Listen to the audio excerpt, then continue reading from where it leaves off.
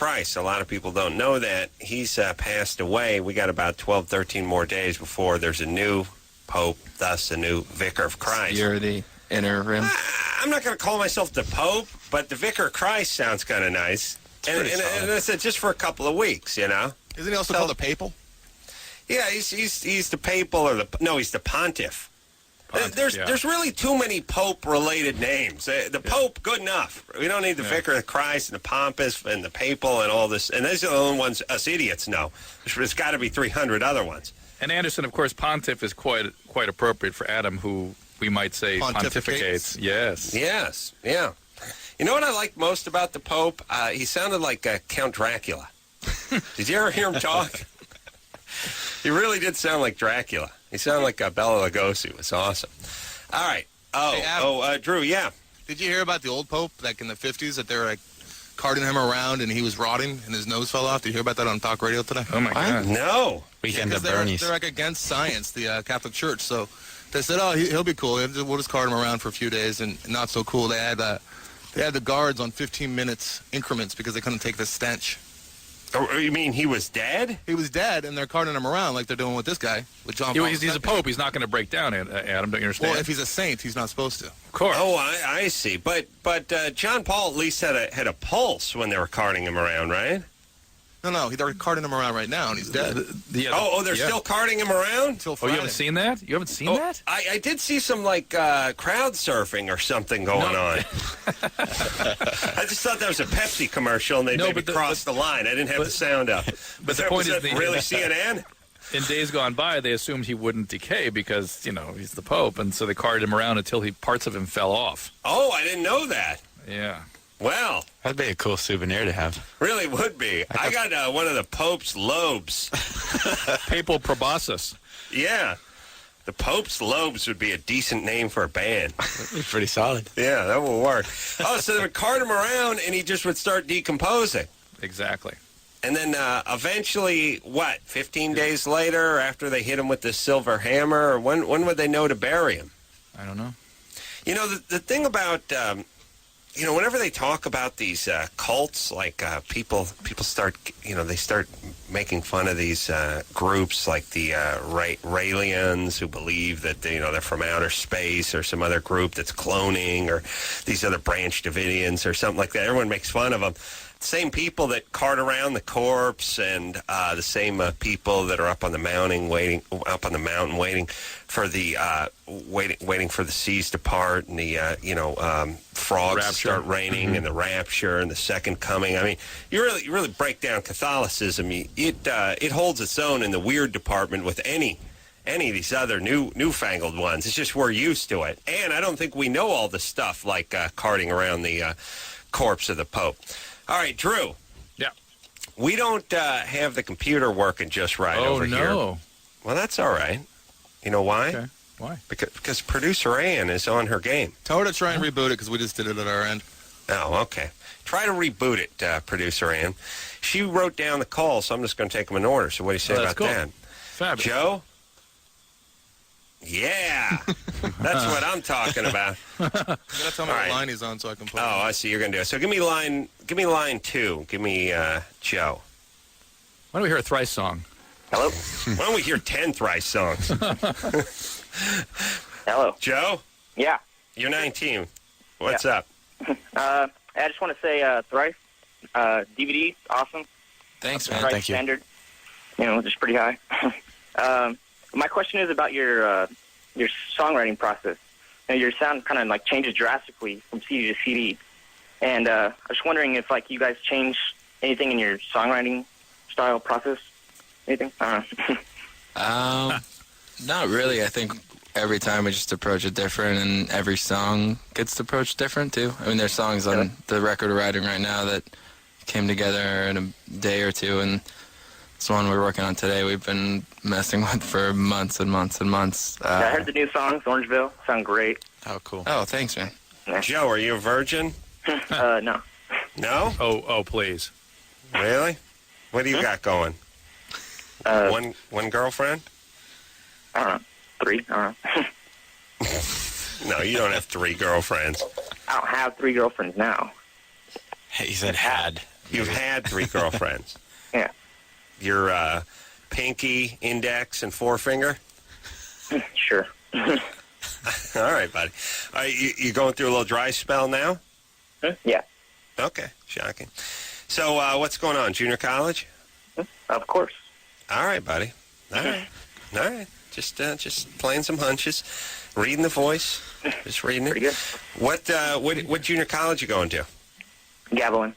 Oh, Gavilan. Yeah. Go Gauchos. Gilroy, California. All right. Gilroy. Beautiful What, country out there. That's the garlic capital, or was that the garlic capital? Yeah. Yeah, they have those Garlic festivals. Yeah, and then they try to. The thing about the festivals is they're all like, I'm with them until they get to a certain point where they're like, yeah, we got garlic chicken, okay, garlic potatoes, and we got garlic Jello, and you're like, yeah, no, and then they go, no, it's good. Yeah, it's good for garlic Jello, but it's not good for like orange Jello or grape Jello or something like that, is it? They got the other stuff. You have to keep going. Like, here's my thing. Whatever festival you're throwing, I don't care if it's pineapple or garlic or whatever you're getting together and throwing, stick with the stuff it works for. Don't push. That's good. Yeah. Don't get into, if you're doing like the Parsley Festival, that's fine. Don't push into the ice cream. Just stick with the nice lamb chops and the stuff that works, you know? You know what I mean? Yeah. All right. That's all they got, though. Let's, I know, they got, oh, no, I think they got, no, where's no, it's not, they don't have Anderson split pea soup over there, do they? No, it's way south. No, all right. I don't think so. All right there, brother, man. All right. Hey, can I ask one more question? Yeah. Dustin, hey, is there any truth to you liking pie? Like a message board form? No. Really? You don't like pie? I don't mind pie. Oh, But wow. I think the We'll have joke to end was this that right now. somewhere in England they say you like pie if you are heavier than they think you are. So they thought I think they thought I was heavy. Oh, really? No. You like pie? That's what I'm thinking it is. That's clever in a mean way. Now, do they just do it to foreigners? I have no They're idea. like trying to pull one over on? I didn't even know there was this thing going on until someone asked me the other day, do you like pie? I was like, I guess so. All right. Are we going... hey, get rid of Joe, would you please? Hey, speaking of pie, I'm interested... I'd like to build a time machine so we could go back 10 minutes and get rid of Joe. Can we do that? I want to follow on, Joe, and talk more about pie. I'm looking for a diabetic. This is for Discovery Health Channel. A diabetic, male or female, who didn't take good care of their diabetes during adolescence and now have sexual dysfunction in their young adulthood. It's a very common thing for men to have erectile problems. Well, if what they about didn't- women? Well, I'm interested in talking to women, too, that have difficulty with sexual functioning. So if they would call in... How does that manifest itself if you have diabetes? They might have orgasmic dysfunction and arousal Really? problems, dryness, yeah. It damages the nerves in the pelvic area. They're very sensitive nerves, and so the things that you won't even feel the arousal sometimes, or you can't. The sort of stimulation isn't normal. So if you have diabetes, does it go after? What's it go after? It goes after blood vessels, particularly tiny blood vessels, and the most delicate vessels in your body, amongst them, are the ones that feed your nerves. So the first thing you lose is peripheral nerves. They're very dependent on the blood vessel for their survival. And then you lose your kidney, and then you lose your heart and brain, and there you go. That's diabetes. Then they start passing you around, right? And your nose falls off. Nose falls off. All right. Tough. I don't want that gig, but I do want the hit in the head with the silver hammer to make sure he's dead 3 times gig. That's a gig I could go for. Who does that? I don't Maxwell. know. I just Maxwell Silverhammer? Yeah. Yeah, Drew. Yeah. Beatles reference, everybody. Was that what they were talking about with Maxwell that's what I Silverhammer? wonder. Interesting. Anyone else know that song? I know the song. I don't know if it references that. Engineer Chris? Nope. Okay. Shocking. See? All is still right with the world. Let's talk to Rocky, who's on line 6. Engineer Anderson, 22, female, uses a strap-on with her girlfriend. Yeesh. That's right. Really? Yeah. All right. So are you full-blown lesbo? Oh, yeah. I've been a lesbian all my life. As opposed All to right. what, Adam? Well, I don't know. Women are so pliable these I see. days, I especially see. You're young right. women. They go The through strap-on is a phases. commitment, Adam. The strap-on is a commitment. That's why I went with the full-blown rather than Yeah, so the to bi speak. inquiry. Yeah. All right. And what's the question?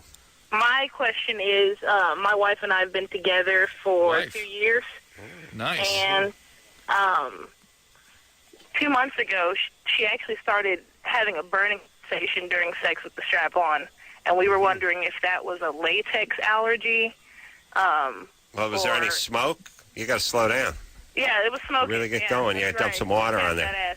Yeah, it's Yeah, like, I would when you're be cutting cement with a saw blade. You know. reluctant to jump to a latex allergy right off the top. Obviously, you're introducing a foreign body, and so you can bring bacteria, and that can cause vaginitis. You can get yeast Right. infections, not really know it. And just the irritation, just the actual friction, the actual rubbing can cause irritation and burning. How long? But you've been using the same device for some time, right? Right. How long? I think we bought it right around. 1959. Yeah, about 59. Yeah, I'm not that old. Could have been a hand-me-down. 2 months, strap 2 on months from my after our uncle. relationship started, so we've had it about a year and 11 months. Okay, and she's 10 months. never had any problem So with you it. guys you got an anniversary coming up. Yeah. Yeah. I'll All right. I'll buy a new one, but it's really clean. I keep it very clean and sterile. Where's the burning? And it just all of a sudden she started having this reaction to it, and we didn't know if it was maybe the lubricant, if it was the actual device, if it was something else. Adam, I'm just imagining this thing sitting in a little blue Barbicide container. Yeah, Right? yeah. Floyd the barber coming in. Look, this thing. First off, you got to change these things. You know, these things are like car tires. You can't just drive on them till you see belt. You Okay. know what I mean? I mean, if the vanes are worn off the thing, it's time to get How a new dare one. you? Well, I'm just saying. You know, every couple years, you got to break down and get yourself a new strap on. You haven't told me yet where she's burning. Where's the problem? She's burning inside her vagina. Deep inside. Is it deep inside, Deborah? The whole inside. Yeah, she said the entire inside. Has she had a pelvic exam since this all started? Yeah, she's had a pelvic exam, and it came back. I mean, there's nothing wrong with her. Did she report this complaint to the doctor?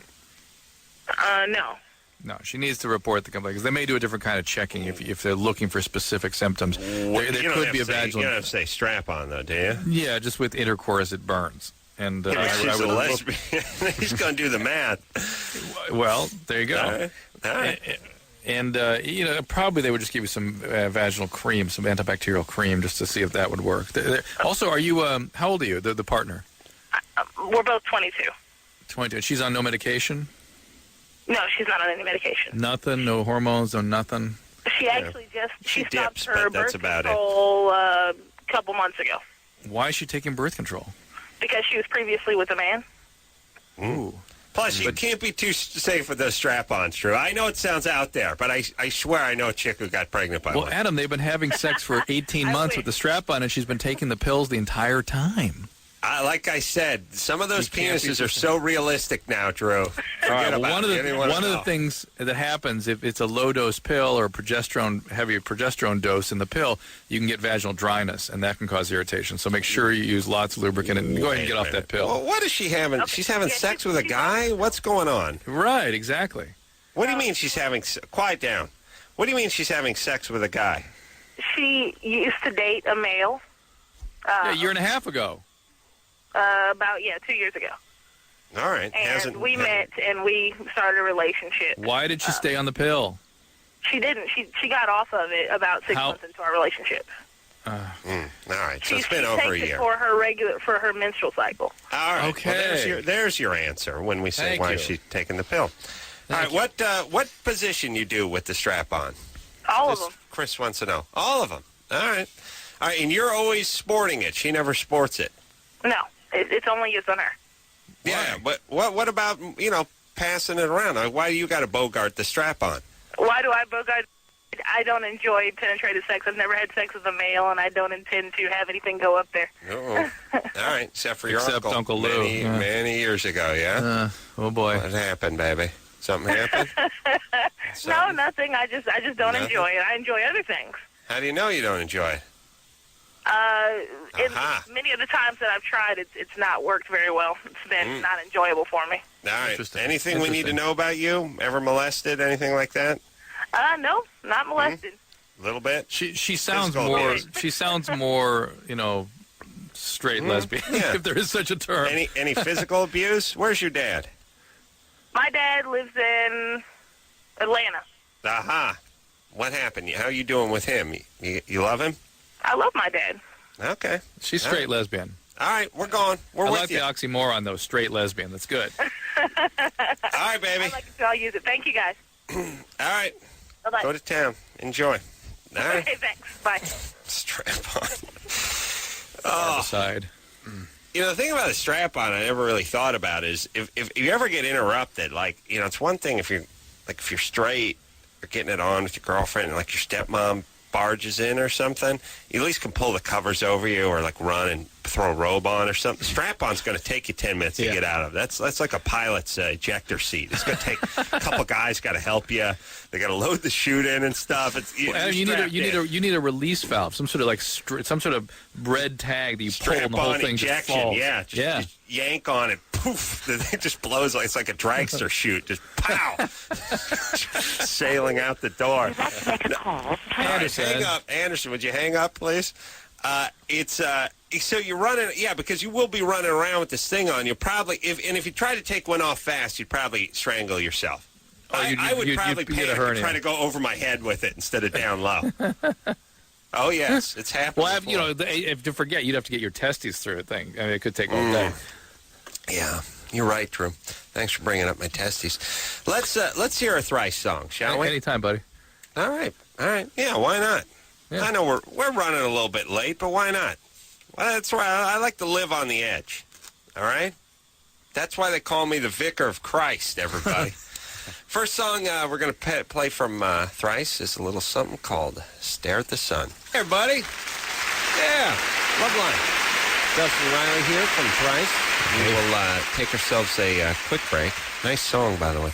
Thank you. We'll take ourselves a quick break. Dr. Drew over there in New York City. We'll try to get our computer figured out, but if not, I think we're doing fine with producer Ann and our little sheet of paper. We'll take a quick break. Be right back after this. Hey, everybody. It's Loveline. I'm Adam. That's Dr. Drew in New York City. Thrice in studio tonight. Drew?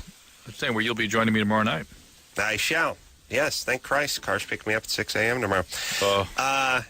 Yeah. What's up, Vika? Yeah, the Vicar of Christ coming to New York. The Artist in the Ambulance is the name of the CD. And by the way, Thrice is already gone gold on their DVD just in pre-sales. How does that work? Is it out yet? It's out. Now it's out. It's out. But it went gold before it came out? I think they judge it on what they ship out the first shipment. Oh, really? Yeah. That's nice. Is that through your website? Through Tower, I think. They do pre-sales. How? But as far as we're getting words out to the fans that the DVD is coming out, what's the most effective way to do that if it's before it came out? You know what I'm saying? But it's not now. You're saying it's not now. No, I mean, do it on the website, and then I think Tower just facilitates it. Really? So. Wow. That's a nice tip of the hat from the Thrice fans going gold before. And what do you have to do? Is gold DVD the same as gold in the record department? It's a tenth of it. Oh, really? Why? Because nobody sells that many DVDs. No, they just go by they just pick, there's like an average, and then that's what they do, right?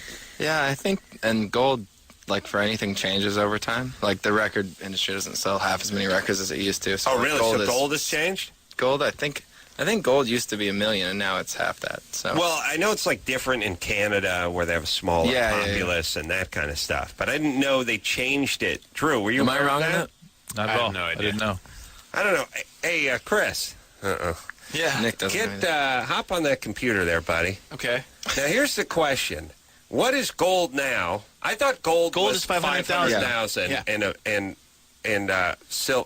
platinum was $1 million. Yes, but was correct. it 500,000 in 1975? I don't think it was. Yeah, I think it was. Yeah, I know. But that's why you have the computer. You don't have to think. All right, man, I'm on it. All right. I think it was 500 and it is 500, but let's find out. All right, Drew. Yep. Who do you want to speak to? Do the hookers in Tijuana get tested guy? Vagina's dry? Oh, that's a girl.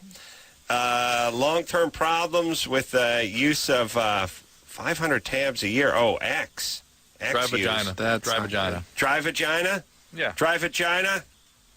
Give me dry vagina. Do you ever think this would your career would go this direction, where you're just My yelling life. dried vagina into a microphone? My life would come to this.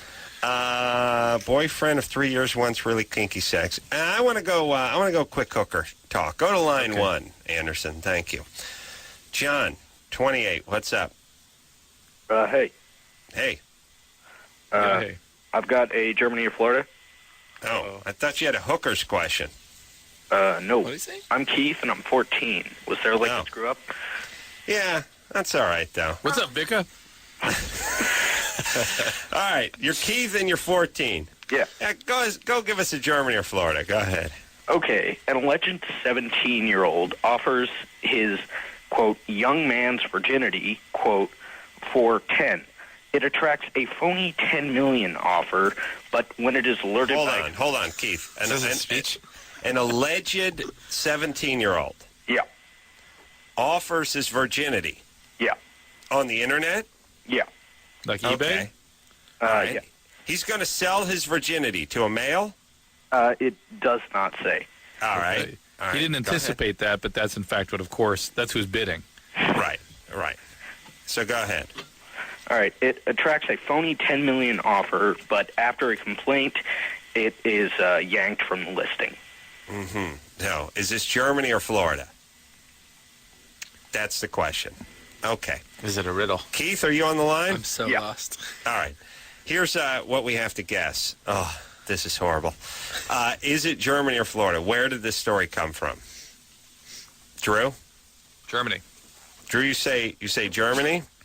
Yeah, I do. Just on All an right. impulse, on a whim. It could be. There's nothing in this to lead us one way or the other, but just go Germany. All right. Dustin? I'll say Florida. Florida. Riley? I will go with Germany. Germany. Wow. I'm going to go with Dustin, go Florida on this one. We have two Germanys and a Florida. To split. All right, Keith, what is it? The vicar is correct. It is Florida. Yeah. See, now that I've got on my side, I can't lose. All right, Keith. Thank you. We're going to... Okay. Over under on Keith losing his virginity. He's 14 now. 4 years. 4 years? Yeah. Very, very generous of you, Drew. Yes. The over under was going to be 27, by the way, not 18. All right, let's try. Let's see. People call with riddles a lot. Well, they call with a Riddles. little something we call Germany or Florida, which is they give us the bizarre question and then we guess. It dawned on us over at Jimmy Kimmel Live after scouring the papers and the internet for bizarre stories. There's one of two places or two places in the world they come from. It's either Germany or Florida. And just decided to turn it into, one of the hottest games in the United States, Germany versus Florida. All right, Anderson, let's go line 4. And Dry vagina? Speak to Jason. He may have a dry vagina as well. Jason, Yes. you're 19? Yes, sir. My You've- question is for Drew. I've been doing ecstasy for probably a year and a half, and I've probably taken over 600 pills. And I'm just wondering what the long-term effects of that really are. I've heard a lot of diverse stuff about it. Well, I see it all the time, and so it's something very, very predictable. Have you started sort of isolating a little bit, not wanting to socialize so much lately? I can kind of relate with that, yeah. And That's the first. That's usually the first symptom. What starts happening is somebody who's very, very social will begin wanting to spend time at home and isolating. Then they will start having little panic attacks, little anxiety, non-specific kinds of anxiousness. Then they'll start having difficulty going outside without having panic attacks, and then fall into a severe depression. And these depressions are lifelong. So it is due to a very severe limbic injury that occurs. Even 20 hits of ecstasy can do this. So What's definitely more than limbic? 100. Is that the nuts? The emotional system, the part of the brain that's okay. responsible for emotions. All right, I'm with you. And so this, you really have to fight fire with this one. You've got to get on some More pharmacology, X. some medication to try to restore some of that biology, because this is those cells. It's like a gunshot wound to that part of your brain. Those cells just don't exist anymore. Really? Yeah. All right. But good times, I just find it strange that this far after X has been being used that people don't really know the long-term effects. Right. Well- You know, because there's websites out there that claim, oh, it's no big Yeah. deal. It's not controversial. Anybody that, the thing about drugs, illicit drugs, anyone that works in the field where you're seeing the consequences, it's not a mystery. It's very obvious what these things do. And ecstasy is one of those drugs where it's highly, highly predictable. Well, let me say this, Drew. Say that. First, seems like X has slowed down a little. Not It as has. hot as it was Absolutely. 5 years ago. Totally agree. It's Right. colleges used to be a big deal. Now I rarely hear about it. Which means it's at an all-time low price-wise and time for the vicar to score. See, that's what I do. I wait till the market dips, and then I buy. And then as it jumps back up, I sell. If I buy low, I sell high. And that's how I support my habit. But here's the thing, Drew. I would, and I know you have a problem with this kind of talk, but I would also argue that folks that see fit to do 500 hits of acid or X or whatever by the age of 19 are probably prone to some depression anyway. Well, understandably, but sometimes it's part of exuberance. You know, they're just partying and they're doing sort of almost manic types of things, and you could argue that would be a risk for bipolarity. To put it in just layman's terms, you just sort of burn out your fun center. That is a great way of describing. I'm going to use that from now on. But the fact is, it's such a hold on. I burnt out my fun center once when I had a travel mug of hot coffee between my legs and hit a speed bump. That's just from masturbating so much. Yeah. But the fact is that the syndrome associated with heavy ecstasy use is so predictable. This business of isolating and then becoming agoraphobic and then falling into this severe depression, it suggests that something very specific is going on. All right. So you got to get. So here's the deal: if you've abused X and or you've abused acid, right, Drew? Those are the two. Yeah. Those are the two. You can't just sort of shake it off at this point. You have to go in and you have to go. You've essentially depleted yourself of something or burnt something out, and now you have to go have it put back in. Or supported. Yeah. It's like if you broke your leg repeatedly. Well, now you got to wear a brace. That's it. Right. Well, I was going to say more like you had some sort of, thyroid problem, and so you shut down a gland, and now you had to take pills to replace what the gland was producing. Okay. All right. Yeah? Good? Yeah. Maybe good. Better than yours? Of course. Maybe a little. Your Christ liked it. Your vicarness, please. Thank you. The Vicar of Christ here. Uh-oh. What's up, Vicar?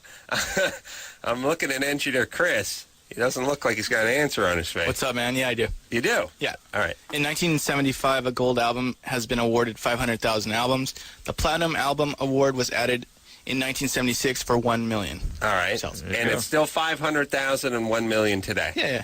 All right. Well, there you go. There you. All right. Thank you. You're quite welcome. Thrice in studio tonight. We will. Does the vicar applaud for other people? You just hold him your hand to kiss. I do, but I couldn't make it to him, and I don't know. He wears that funky chapstick. I don't want to get any on my papal ring. Of course. We'll take ourselves a quick break. We'll be right back after this. Hey, everybody, it's Loveline. I'm Adam. That's Dr. Drew in New York City. Did I call myself Adam, Drew? I maybe, and not your vicarness. I'm confused. Who are you? Yeah. What's up, Vicar? I'm the Vicar of Christ. That's who I am. Dustin and Riley both here tonight from Thrice. Hello. They can be the Vicar of Thrice. Mm-hmm. We will hear a little something else off of the Artist in the Ambulance CD before the night is through. And guess whose computer is up and running now, Drew? Yeah. How'd you manage? Well, Chris is going to want to take credit for rebooting the thing, but, when you're the vicar, you just sort of lay your hands upon the monitor and pow. Right. You understand? Yeah. Lauren seems to think that she hit it and that made the difference. Lauren could have done it as well. But again, let's not rule out the vicar. That's right. That's a good sitcom name. Don't rule out the vicar. Just rule out the vicar. I've got a couple of things. One, I'm still looking for a particular male diabetic who didn't take care of his diabetes in adolescence and may now be having erectile problems. And secondly, people who tried things in the bedroom that they were afraid to bring up with their partner and it ended up being a good thing. And What? and that I Wait don't know, a it's minute. a hard, How's it's that a hard one one to work? sell. I don't know. It's a hard one to sell.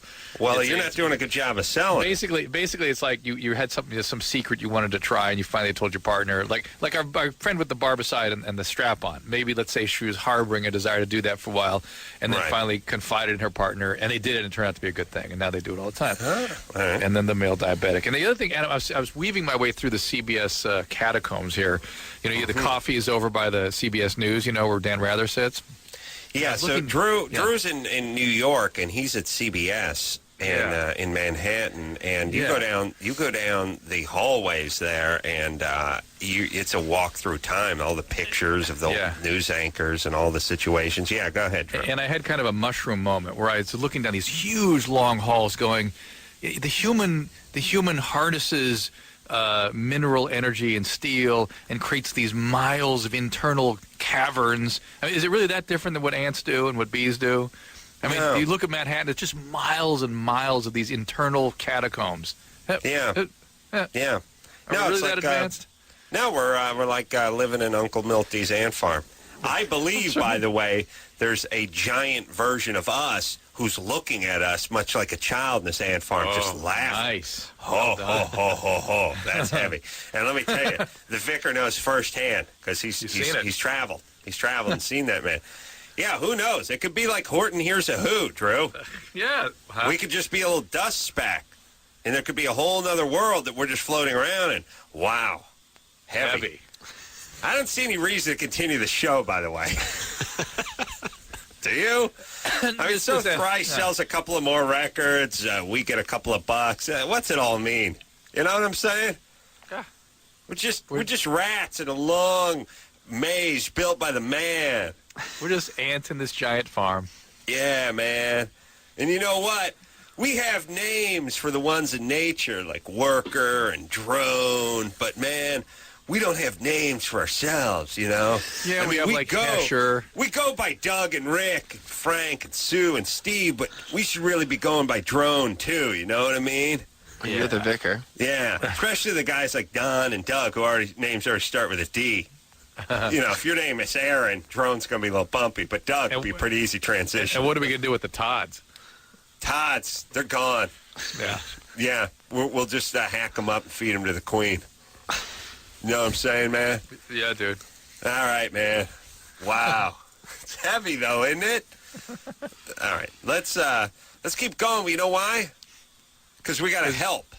That's the thing. We got to make a difference. That's all that matters. That's all That's that right. matters. Get right down to all these catacombs and all this heaviness. Being of service. Relationships and helping and providing a service. Thank you. And let me say this. Speaking of just nature and ants and all that, Drew, you've been out of town for a day or so. It's hot out here now, and it's game on with the insects. I mean, everything. Oh, yeah. Here's the thing. It rained and rained and rained. The wind blew. It was cold and everything, and it was like you were living on a planet that didn't have any other species other than humans, cats, dogs, and crows. Now it's game on. Like, it's hot outside now, and I was just looking out at the porch light before I left, and there's stuff buzzing around. It's a tornado, a chunk going, and it's just as if everything is just being put on hold and being like watered and fertilized and nurtured. And now it's been hot. It dried up for a couple days. Everything's out in full effect. All the weird little critters are buzzing around. I've seen like spiders running around in the house. It's game on with the ants. I have a fly swatter that looks like a tennis racket that electrocutes things. Oh, we got one of those. It's yes, awesome. they're great. I hear they're good. You hit it, and this big blue spark goes. Gratifying. It works so well that I ran out of bugs to hit. Oh, really? Yeah. Start going after the old lady. Sure. What are you going to do? No, you got to get your use out of it. The batteries will go dead. I want to get one of those. What is that? One of those like sharper image shots? Yeah. No, it's like made out of yellow plastic, the one I have. Yeah. No, but I It think you works. get them at like the Brookstone or something. Oh, really? Oh, really? I'm Yeah. going to get one of those things. Yeah. I think they had anything there that wasn't like black leather and metal. So you don't smash the fly. You You let hit it it in wave. the air, and these You two wave little, at them. These Right. little metal wires come together. You wave and they shock it. explode. Really? It's good. Yeah. Got to get into that I need because to I, get one I of got those. stuff flying all over the place, and I got ants going everywhere, and I got everything going everywhere. It's And- a lot of fun. You know, the thing, as I was thinking about it, they, some of these weird, stupid things, but they always say, like, don't get white carpet or light-colored carpet because it just gets stained and gets whatever. But if you got a carpet that's, like, busy and dark and you're trying to get a spider off the ceiling and it falls down and lands on the carpet, it's gone. It's dust in the wind, and it's just going to end up humping you in bed later on that night. You got a light-colored carpet. The dog drags its ass on it. You know it. But you do find the spider. Insects, they can't make it when you got a white carpet. That's smart. That's what I'm going with, Drew. White carpet. White. And you know what? It's classy. People know the vicar's classy when they see his white carpet. They'll know that you and the dog have been dragging your ass on the carpet. Let's see. I wish I could. I would do that. I know you would. I know. I was farting on the dog today. That's one of those things that women get angry about. They're really angry. What are you doing? It's like, the dog doesn't know what's going on. She does. Look at her. She knows. Look at her. She's wagging her tail. She'd fart if she could. No, stop it. No. She'd come in and save the dog. Cause I wasn't farting on the dog. I was just sort of like wrestling with the dog, and I was kind of on it, and I had it pinned, and just started farting. It's just like, I was in that prone position, when you're on your knees and you're kind of, down on. You don't have to justify. Yeah, you know what I'm saying. The dog does not know when you're farting on it, or if it does, probably respects it or enjoys it. They love it. They love it. They're begging. They love it. She was begging for it, and the wife's like in the next room, and is like, "Come here, Mom." What was that? What was? So first is trying to blame it on the dog. Unfortunately, dogs don't really make any sound. They just smell. Real bad. So they don't hear. The sound is a giveaway. It's human ass that's knocked that one out. And then I let another one fly, and then she ran in to actually save the dog. It was some form of abuse, and then caught wind of it too. And then it really got ugly. All right, let's take a little break. Thrice in the studio tonight. Very informative segment we just completed, by the way. A lot of dog farting, a lot of vicar talk. Lots of calls. Light-colored carpet. The advantage of light-colored carpet. We'll take a quick break. We'll be right back after this. Hey, everybody, it's Loveline. I'm Adam. That's Dr. Drew. Hey, Justin buddy. Riley are here. Hey, the vicar here. The Vicar of Christ. And Dr. Drew, also Thrice What's up, here Vicar? tonight. We'll hear something else off the Thrice CD before the night is through, possibly in this segment. We should speak to... Still looking for that diabetic male who didn't take care of his diabetes, now having erectile problems. And or diabetic females have had interesting problems, too. Drew, why don't you get a website or something and do your pimping that way? It's a good idea. All right, do that. Nigel, Yes? you're 20? Yeah, I am. What's up? Well, my mom abused me severely when I was a kid, like physical and emotional, as well as, traumatized my siblings and everything, which, to say the least, has an effect on me as well. What'd she do? What was the worst thing she did to you? She stabbed me repeatedly with a scalpel before the age of 2. Before the age of 2? Quaint. Repeatedly with a scalpel? Yes. Where did she get a scalpel? She was into the rock. Oh, really? Yeah. The what? Into the rock. She used a scalpel to cut up rock cocaine? Oh. Okay. See? I She did the was scalpel, man. She was an RN. Mm-hmm. Oh, well, that's where she got a scalpel. Yeah. Okay. All right. Always takes a little while, but we get to it eventually. We get there. And she stabbed you repeatedly? Yeah, a total of 3 times, according to my father. All right. And What's going on now? Anyway, I wanted to know, with my coming marriage and everything, how is this, psychologically going to affect future? Come on, don't be such a pussy. Oh, Drew, please. How's this going to affect you, having a horrible mother? Yeah, my relationships with women and everything. It's not going to be good. Don't you already have a track record of trouble? I was told by female teachers, apparently, they think I disrespect women, but I don't see it. But then again, that might be part of the traumatization. Yeah. Well, here's the thing, Nigel. You sound angry, but rightfully so. Right. Your mom sounds like a disaster. Has she gotten herself cleaned up? Not quite. A couple years back, I tried to reestablish contact with her. The whole born-again Christian trying to forgive everyone thing. You were born again Christian? Yeah. Are you an addict yourself? No, actually, I've never even smoked pot. Okay, good. We'd like to speak to the Vicar of Christ, by the way. I mean, this must be a thrill for you.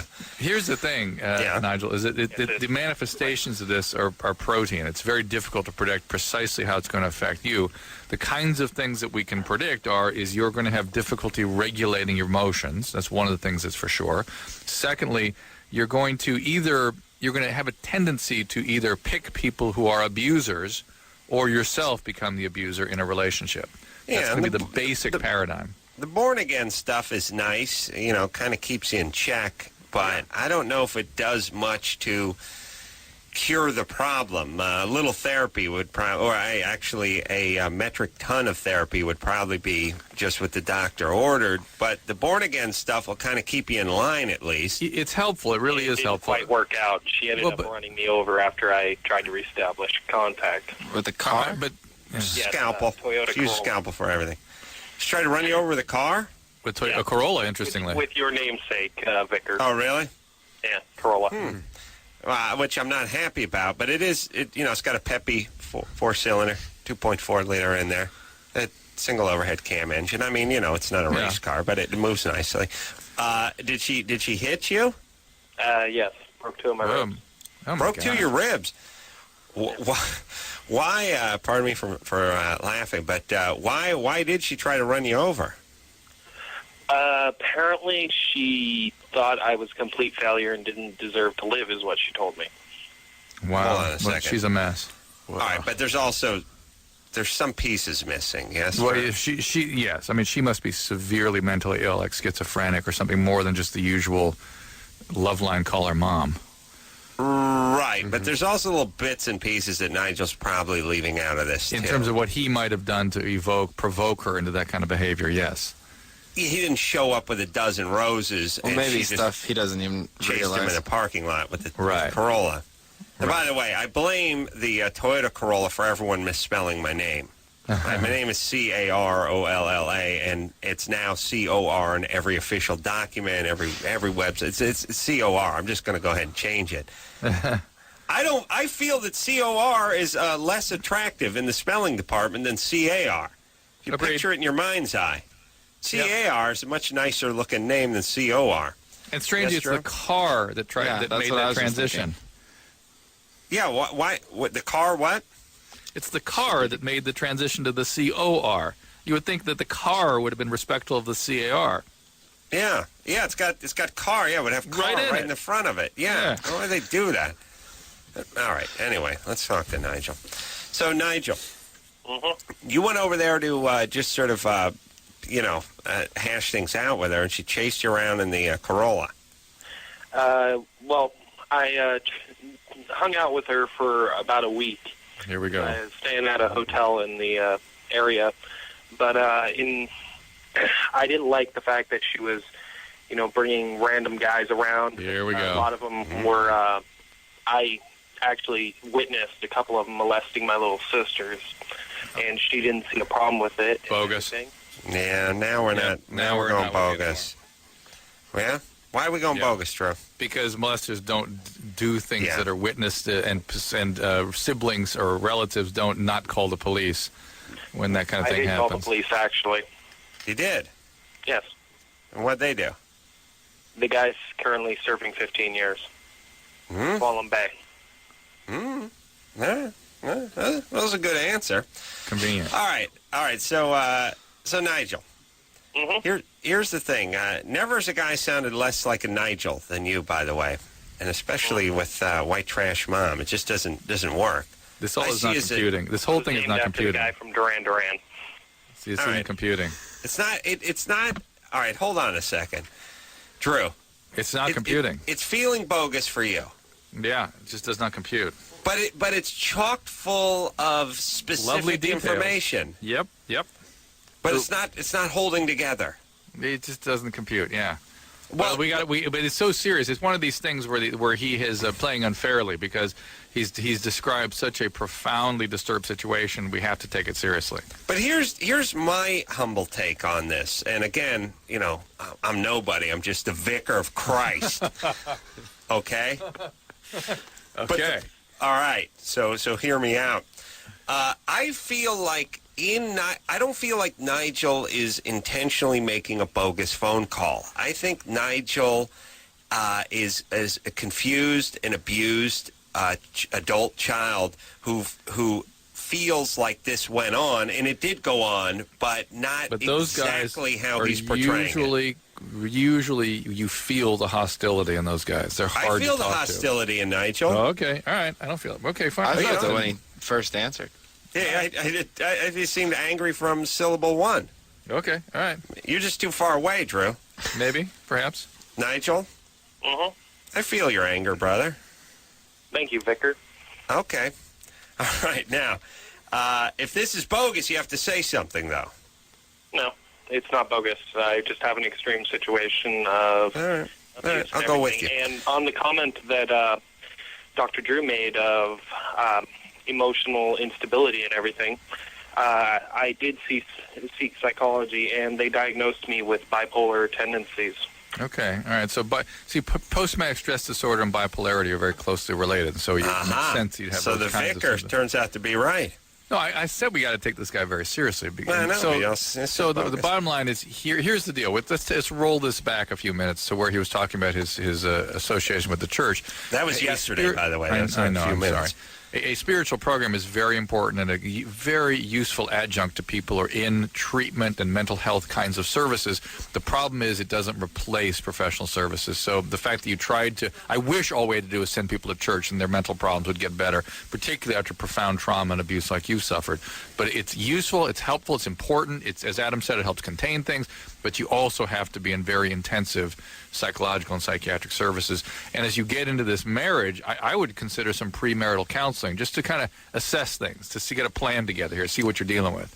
All right, I got a few. My pastor had offered to do premarital counseling, but I wasn't really considering it under the grounds of I don't know how a pastor could help on psychological levels of things. All right. Hey, Nigel, this is There's the hostility. This is the vicar speaking. We're going to wrap this up, but here's the dealio. You're 20. You got stabbed and ran over by your own mom. Yeah. All my mom did was blow a little pot smoke in my face and miss a couple of Little League games. I'm a mess. Understand? It's so true. you have to be a train wreck. Now, here's the deal. You ultimately overcame this and became... Look at me, the vicar of Christ. Thank you. All right. And a true millionaire. And literally a millionaire. But I don't need worldly possessions anymore, so it ain't no big thing. But I'm still keeping the money in case I change my mind. Oh, my God. You know what I'm saying? I'm not going to give it all away, like the orphans or anything stupid, because I could have a change of heart, like over the weekend. I have a story that... Now, here's the thing. You're 20. Your life thus far has been a train wreck. It's not your fault, but you shouldn't get married at 20. If you're at the height of sanity and maturity, you shouldn't get married at 20.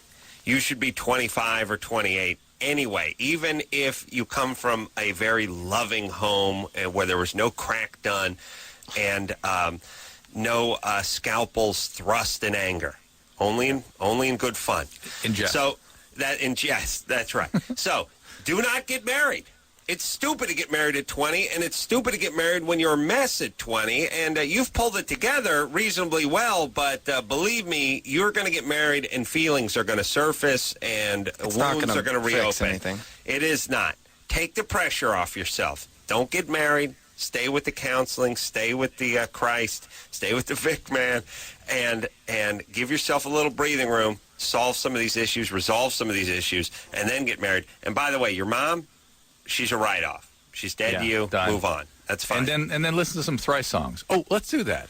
Oh yeah, you got to listen to some Thrice, because that will everything. I'll tell you where I was at. I'll tell you where the vicar was at before Thrice came into my life. I was wandering.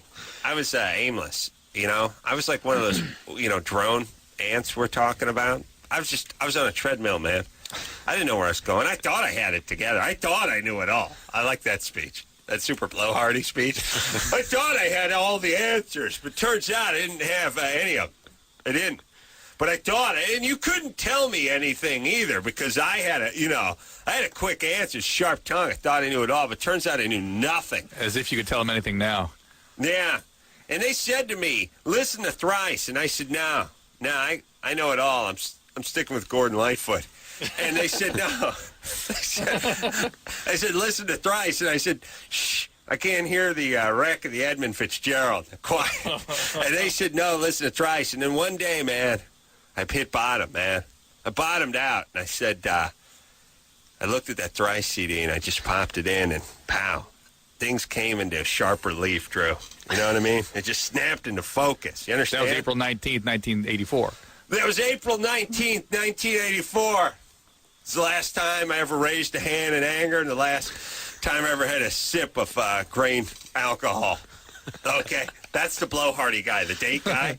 I like that, the date guy. April 27th, 1986, took my first hit of rock cocaine. January 2nd, 1989, my family walked out on me.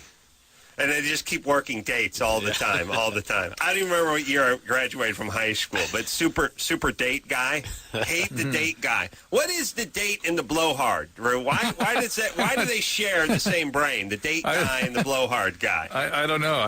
We got to figure that one out. You know what I always hate too, which is I have such anger toward the specific date people that even when they're telling me these horrible stories, I want to chime in and they'll be like, December 22nd, 1989, my family and 4 children were both killed in a horrible fiery car crash. And I'll be like, that's horrible, but you could have just said December 89. I didn't actually have the date. I didn't know it was a Wednesday. I mean, you know what that is? Look it up. It's ultra super narcissism. It's like it's a huge deal, and it's a date that should be down in infamy because it's important to me. It is, and I don't know why. Like, okay, somebody's loved one died on this date, and they just give you the exact date. But I do feel it and experience it as very narcissistic, and it makes me angry. Well, Although also the person's talking about their family that's dead, and I want to chime in and yell at them. But we have that exact opposite impulse, which is to kind of go, hey, a few years ago it happened. Anyway, we don't want to turn people. We don't want to burden people with our stuff. Yeah, well, plus I'm quasi-retarded. I was at the writers' table over Kimmel this week, and I said, oh, man, like a year ago when we were doing that Dawson's Creek, and everyone at the table said, no, that was 2 years ago. Oh. And I was like, what? No, we did it, huh? 2 years ago when we did that? And everyone was like, yeah, weird? It's been off the air for 2 years. Yeah. Yeah, I don't even know the date I did Dawson's Creek. Come on. The vicar don't even know the Dawson's Creek date. We will hear a little Thrice song, shall we? Should we do that? Mm-hmm. You ready? Sure. Yeah. Let's see. Oh, we're going to hear the second song from this evening called The Artist in the Ambulance. Got ahead and did it. They came in live. Where was that recorded? I was at the Apple store in Santa Monica. Oh, yeah? Yeah. For the opening of the iTunes music store. Oh, yeah. Well, I love that iTunes stuff. Although, Drew, I can't figure out how to work my shuffle. I can't either. Those are great. Somebody just gave me another one tonight. The Discovery Health people did, and I'm so excited. And I think, I can't make this thing work. They gave you another shuffle? Yeah, it's got 2 shuffles. Use them both as door stops because you can't figure out how to use them. I can't figure it out either. But let me just say one thing. When it comes to Apple, I like Apple. Everyone seems to like Apple. Their stock and trade is how easy and ergonomically correct everything is and how sort of intuitive all their stuff is. They could do much better in that department. Their first iPod, you can't reach for the thing without changing it or turning it on or activating it somehow. The older version of the iPods, you can't breathe on it without turning it on. No, the first ones weren't like that. Then the second ones were. The second ones, the horrible. touch thing, I thought it was all pretty, and you just run the battery off. Yeah, it's horrible. But let me tell you something that I just noticed today with the Apple, and this is why I want to just holler at all businesses and explain to them what to do and how to do it. Like, there's a few things I'd like to do. Like, I'd like to confront the TiVo people and say, look, your old TiVo remote, which I use the hell out of, used to have the power right front and center, right at the top. Smack dab in the center at the top. Now it's the smallest goddamn button on the remote, and it's 26 down and 14 to the right. That's where the power is. That's where you're putting the power? It was smack dab center, right in the middle of the thing, the biggest button right at the top, and you've chosen to move it down, literally on the left side, down 14 buttons, and just nestled in between two bigger buttons. Smallest button on there. That was your plan? Where's the scientist? Where's the guys in the lab? I'm going to beat the crap out of somebody. And how about you put a little tin on it so I can feel it when my thumb's skimming around? Because I got to have the lights off at night because, I go home and I look at the, Cinemax after hours stuff. I don't need the neighbors know what I'm doing, Yeah. How about you put a little dimple on there? And I'd like to talk to everybody about this. I want to talk to every company about it. I got the remote alarm for the car. It's got the one clicker that opens it and the other clicker that locks it. And you can tell because one has a drawing of a lock that's closed and the other has a drawing of the same lock, except for there's a 30-second of little black space in there, which would suggest that it's open. It's not a 16th of an inch. It's a 32nd of an inch of black space, which you quickly wear off by using it with your thumb. So now all I can see is the bottom of the lock. So I have two squares, and I can't remember which one of them opens and which one. Why do you have the same picture represented there with nothing but you use a little dab of white out, and I could. Here's the thing: if a pigeon could crap on this thing and make the two sides exactly the same, then it's a bad design. One should just be green and the other should be red. One should stick up. One should be convex and the other should be concave. Why have the same picture of the same thing, just barely marginally different? And if you are going to do it, don't do it out of liquid paper because it gets worn off in a matter of a month and now it all looks the same. But here, okay, let me say this with our good friends over at the Apple, the world's smartest company. All their plugs, when you hook up the computer, if you got a nice big Apple, well, which I do, I got like a G whatever it is, big tower thing. All the plugs, when you hook them in, they only go one way. There's an up and a down. They don't go, you can't just flip it over and plug it in. Mm-hmm. And there's 18 places and 18 wires. You got to get back there and sort of feel around. The wires go into these little tabs and their little white thing at the end. And on one side, there's the Apple logo. And on the other side, it's just a weird sort of stamped kind of like fork, like a pitchfork. Like this is a cable. I don't even know why they have it, but you tell me what side the Apple logo goes, up or down? Well, the answer is down, although that's very counterintuitive, right? I mean, you would think the logo for the company would go up. Horribly confusing. Engineer Chris, you have one of those Apple computers? No, I got a Dell. Good man. The point is Adam, you got to look at your cables. The one has a pitchfork, one has a little tiny printer on it. One has a little monitor on it. Right, but different things. They do, but they all have the Apple sign. They all have the insignia, and that Apple sign goes down when you plug it into the back of the computer. It's not where do you plug it in, it's is it flipped over or is it flipped up? Right. And I'm just saying, in what universe does the company logo go toward the ground? Just get a Dell, dude. I'm just going to get a Dell. That's Apple's it. I don't even want a Dell. I want your Dell. Go get your Dell. Yeah, mine sucks. I'll give it to you. Yeah, I know. Oh, how much porn has passed through that? Humanity.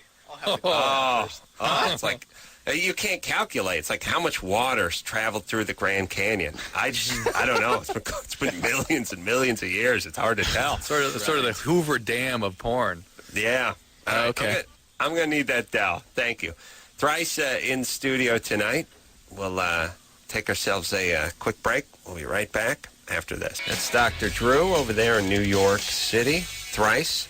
Riley and Dustin in here representing. Hello. We will take some more phone calls. Speak to, let's see. Got a question for Dustin. But first we got a sex toy call. Christy? Hello?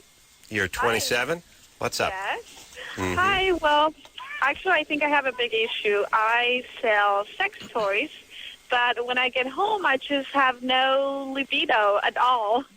I'm married, and We're having this conversation with your kids in the car right now, yeah? my kid is 2. He doesn't understand. Okay. All right. Where are you so from? You Russian? I'm actually no, I'm actually Mexican. I have Really? Yeah, and I mean, I used to be like freaky about sex. Like I wanted it all the time and everything. And now it's like I figure, I sell sex toys. I'm around all this stuff. I can get aroused really easy, and like This is sort of a syndrome that, like, say, strippers get, is that they've had some sort of premature sexual trauma. They develop this bipolar syndrome where they're very super sexual or super shut down. And that is part of the trauma survivor syndrome. So what happened? Really? Because, I mean, my husband, he's great, and he'll do anything I tell him to do when it comes to sex. And I just can't get...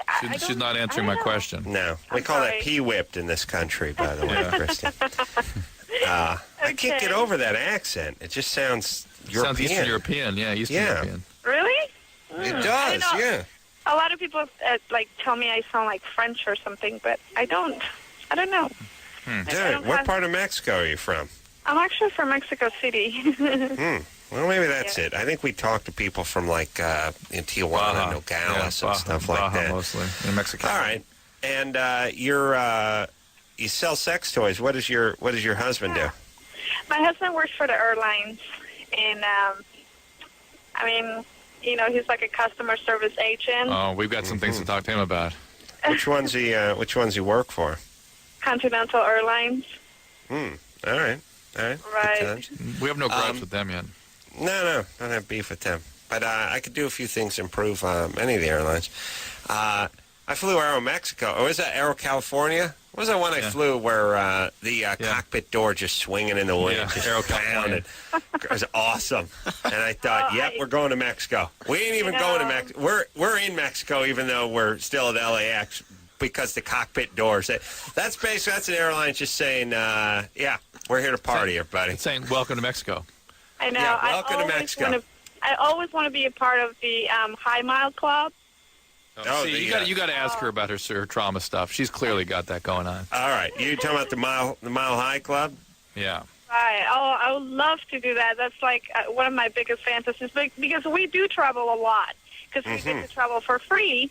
But he's always like, no, we can't do that because I'm an employee and I'll get fired if I get caught. And I'm like, oh, come on, let's just give it a try. Yeah. But he just won't go for it. Plus, you're making money sack over fist selling those dildos mail order, right? Oh, seriously, like I tell women how to ignite the passion on their life, and how to get out of the routine with their partners, and how to get aroused, and how to explore their bodies and see what they like about sex, and blah blah blah blah blah. And I just can't get it doesn't seem like it works for me. Please ask her the question. I will. I was thinking it was ironic when she went blah blah blah blah blah, because it wasn't much of a variation from what she was saying before. She was saying blah blah blah blah blah. I mean, it sounded different, but it didn't read as any different than what she was saying before. Right. Christy. All right, quiet down. You're very manic. All right, what happened to you growing up? Ever molested? Anything like that? No, actually never was. What's your physical abuse? No. Well, my dad was actually, physical. Physically will abuse my mother, yes. Yes. And I think back in my head, I kind of remember watching them having sex. Oh, boy. When I was little. That is sexual abuse. I mean, that has the same impact as sexual abuse sometimes. I'm not saying it's a devastating experience for kids, but it can be rather traumatizing. So, like I said earlier, you didn't seem to listen to me, that you seem to manifest a classic syndrome of people that are trauma survivors, where they fluctuate between hypersexual and sexually shut down. And this sort of romanticizing about the sexuality is all a ruse. It's all nonsense. You are completely detached from the emotional experience associated with sex, and for you, it carries with it a lot of traumatic feelings. Yeah. And by the way, when she talks to her husband, she's going to say Dr. Drew said the romantic attachment was all rouge. That's how it will go down, by the way. A ruse doesn't mean anything to our Stone listeners, and certainly not the ones from Mexico City. It's a smokescreen. It's a smokescreen for what's really going on. Hey, Christy. Yes. So, and by the way, I just look at growing up in Mexico as a form of abuse straight away. So I don't care if your dad's president of Mexico. I still look at that as abuse. I agree with you. Thank you. So your dad, was your dad an alcoholic? Yes, he was. Yes. He was a drug abuser. Okay, and let me say this too about Mexico, and I mean this with all due respect, but to be considered an alcoholic in Mexico, that's a tall. I mean, you really got to drink. It's like Canada with the gold records. It's just the opposite. You know what I mean? It's on a curve. Right. For you to be classified as an alcoholic living in Mexico, you would be dead of alcohol poisoning, and if you lived in Utah, totally different. See what I'm saying? Yeah. So when you're from Mexico and you're saying the guy's an alcoholic, that means keg before breakfast. It's the difference between a gold and a platinum. That's what it is, right? Yeah, he's a platinum alcoholic. All right, your dad was a drug abuser and an alcoholic. Right. You got to deal with this, my dear. You've got a lot of stuff you're not aware of. You're all whipped up, baby. You're going to have that kid up. Yeah. This is trauma. This is trauma. At least if you don't, I would urge you to get a therapist and work in therapy. Maybe perhaps go to a 12-step program, Adult Children of Alcoholic or Al-Anon. I would be concerned about your husband. You'll tend to be attracted to people that are alcohol or drug users. Your husband smoke pot every day? My husband smokes pot, not every day, because he knows how to take his spot. Right, but he's probably a burgeoning addict because that's the kind of person you'd be attracted to based on how your dad behaves. So you got to be very careful about this. You're going to have to do some work. All right, baby. Sorry to end the party, but really, your dad was abusive. It's affecting you, and you're going to screw your kid up. So give yourself a little help. This nonsense about if we just explore your body and buy toys and stuff. That's total nonsense. That's not how the human works. That's all useful. It can be helpful, but there's a very powerful emotional experience attached to all this you're not dealing with at all. I blame the piñata. I think this is a very dangerous thing. Well, let me tell you something, and this is the vicar speaking, the vicar of Christ. That is, they take these children and they indoctrinate them into a world of violence very early. They take the young 3- and 4-year-olds, they blindfold them, they spin them around. The kids are disoriented, they're confused, and then they wave a donkey in front of them. They give them a weapon and tell them to attack this donkey. And I think that they and then your vicarness, the ultimate abuse is when the thing spills open and it's Mexican candy. No, that's where the poisoning begins. Yeah, but no. Think about it. Think about this. You send a message to a young Mexican child that there's candy filled in everything if you punch it hard enough, if you strike it hard enough, if you beat it hard enough. And I believe that boy grows up, and next thing you know, he's 22, and he's in a bar, and he wants some razzles. And here comes a guy. So he socks him in the head, and he attacks him viciously, hoping to get at his nougaty inside. Turns out there's just blood and viscera in there. No candy at all, but the kid is confused. Yes, Drew? Makes him angry. Makes him want to strike out some more. This is why I would be a great attorney. Because if I ever represented a guy just aggravated assault or beat the crap out of someone, I would just figure out. I would just say he hit a piñata when he was 7. He's not the brightest bulb in the chandelier. He was trying to get candy from this person. How is he supposed? What would you do? Some of those little sugar cacti. That's right. That's right. So you just beat the crap out of stuff with a stick, and you just think about the actual. You think about the whole piñata theme, which is the kid takes a vicious swing at the piñata with the mop handle. The kid takes a swing at it. The kid whacks the piñata. The piñata bursts open. The candy starts falling to the ground. Now, all the other kids can't be restrained. They just come sliding in. I mean, they just come. They're like planes landing on a carrier deck. They come swooping in. Now, the kid still has the blindfold on, still has the stick, and has no idea that the candy's on the ground. So the kid is still swinging viciously at the piñata, except for the thing is there's 13 little heads now where the piñata used to be. It just seems like you're asking for trouble. Seems like a bad strategy. I don't think the Jews would have ever come up with this. That's all I'm saying. think the Jews are like, look, hide some matzah, and if we get around to it, we'll take a look for it. In the meantime, let's eat. They're not stuff a donkey with zots and spin a kid around him, attack it with a weapon. That's not Jew.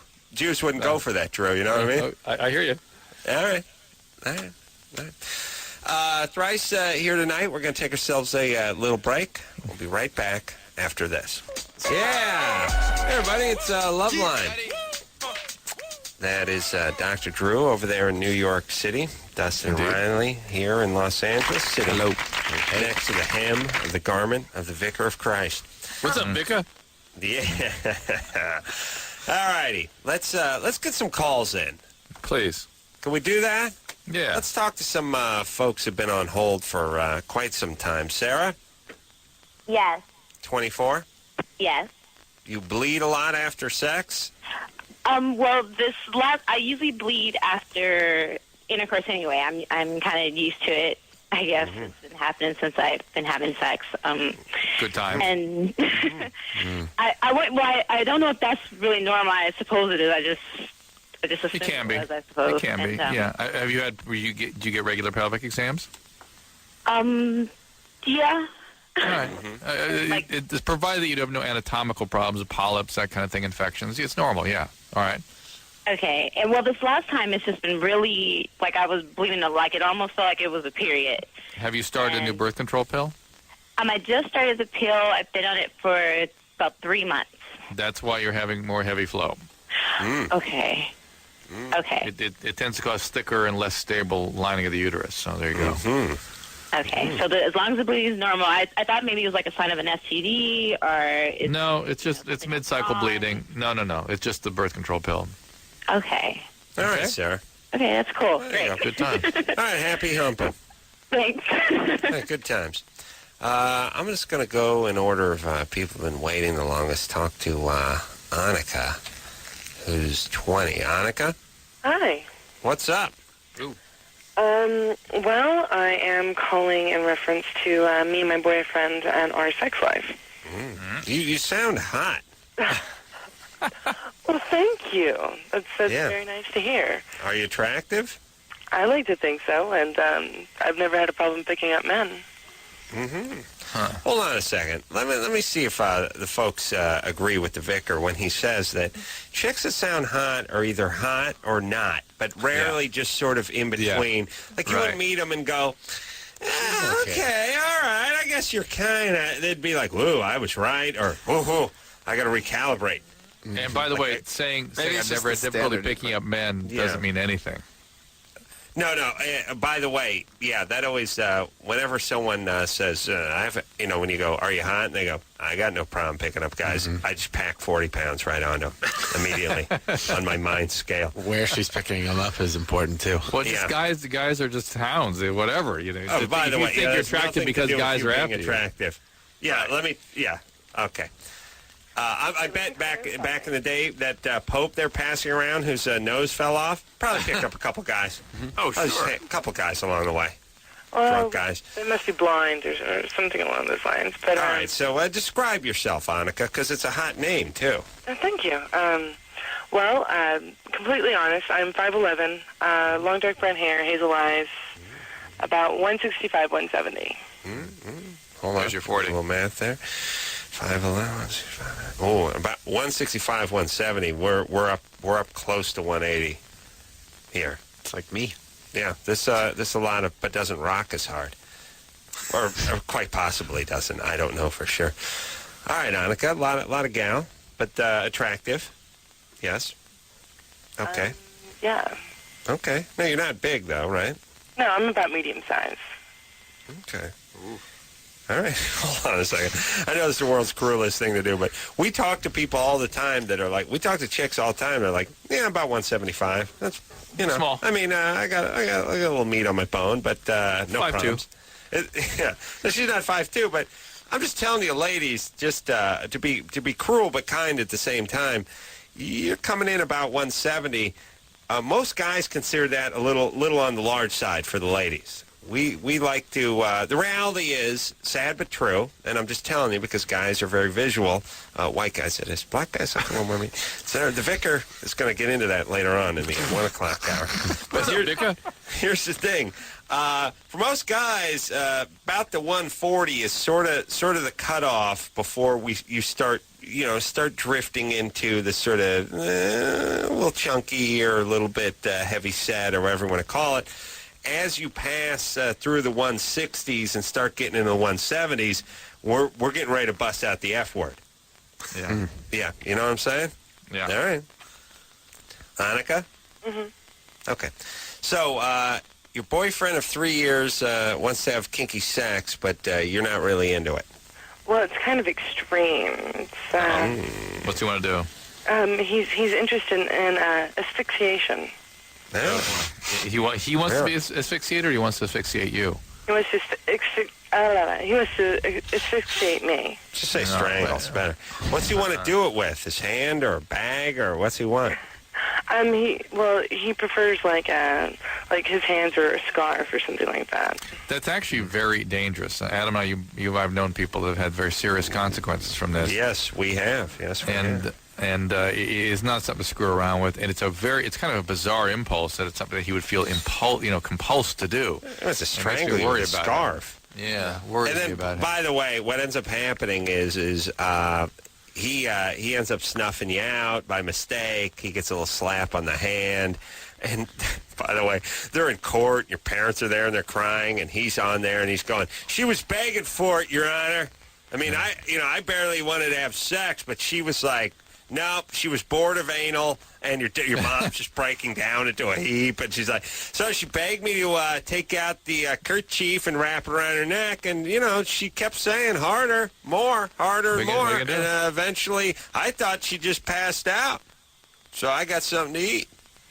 and then it'll be like, well, it's your first offense, son. Your mom's going to be crying. She's going to hear all the horrible details of your lurid sex life. Don't do it. And this one can kill you. It really can. Yeah, and that's the reason that I am so standoffish about it. It's because good impulse. Yeah. By the way, I want you to hear what you sound like.